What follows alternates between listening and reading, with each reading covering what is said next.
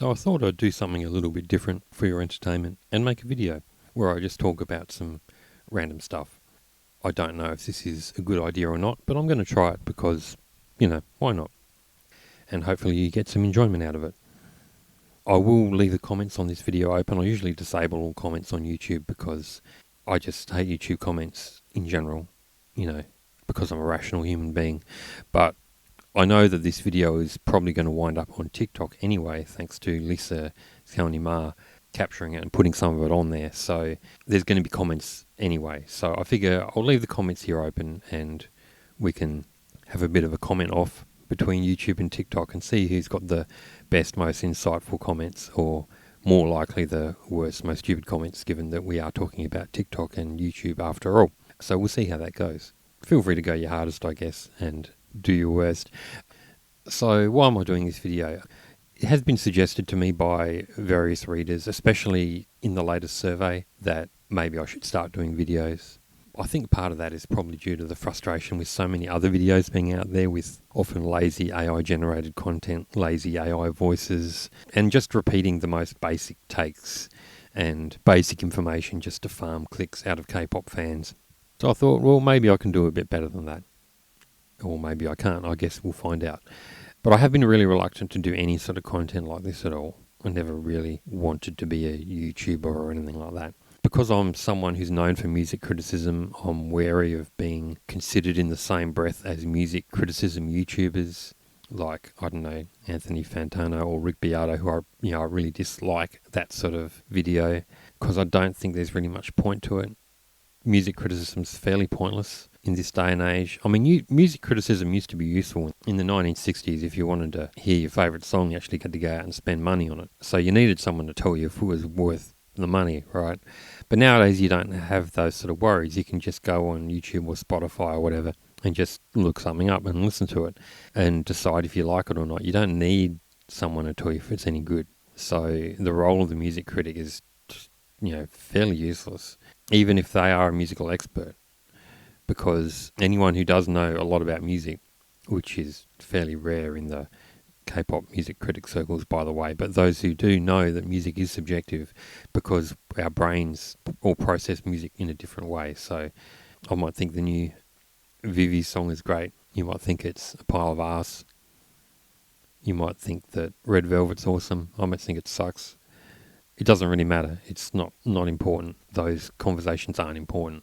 You're allowed to like what you like. You're allowed to dislike what you dislike. It's totally fine.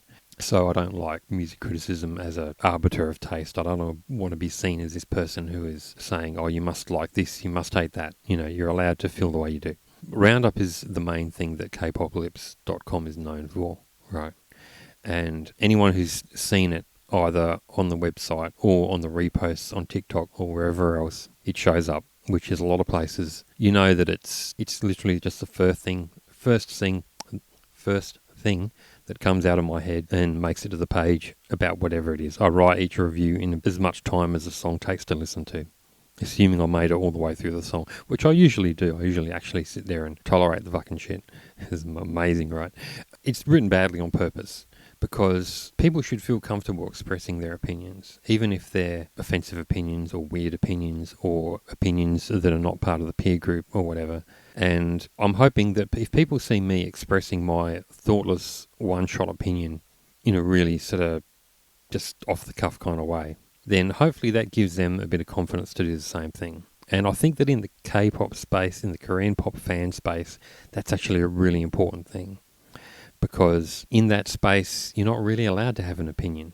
If you've ever dealt with K-pop fans for any length of time, you know that they do not like opinions unless the opinion is everything is lovely, everything is great. Anything apart from that, and you're going to draw some heat, you're going to draw some hate and criticism, and people are going to try and sort of take you down a peg. But I think that sucks. I think people should be allowed to express themselves and just have an honest conversation about music. And that's the whole reason why mainstream outlets don't take Korean pop music seriously. It's why just your peers and friends who aren't into it don't take it seriously, because they sense that it's all about just being part of a club and rather than the actual music itself. And that turns off a lot of people who are into music because they figure, it's just all about superficial crap and about being part of a team and liking your team and image and all that stuff. Music fans don't want to hear that. They just want to hear a good song. And that's why a lot of people get sick of K-pop. There's this cycle that people tend to go through as someone who is interested in Korean pop music. They start off in like the honeymoon phase where they find all these groups and they look up all these videos and they end up with a few favourite groups or favourite songs or whatever, and they're, happy, basically.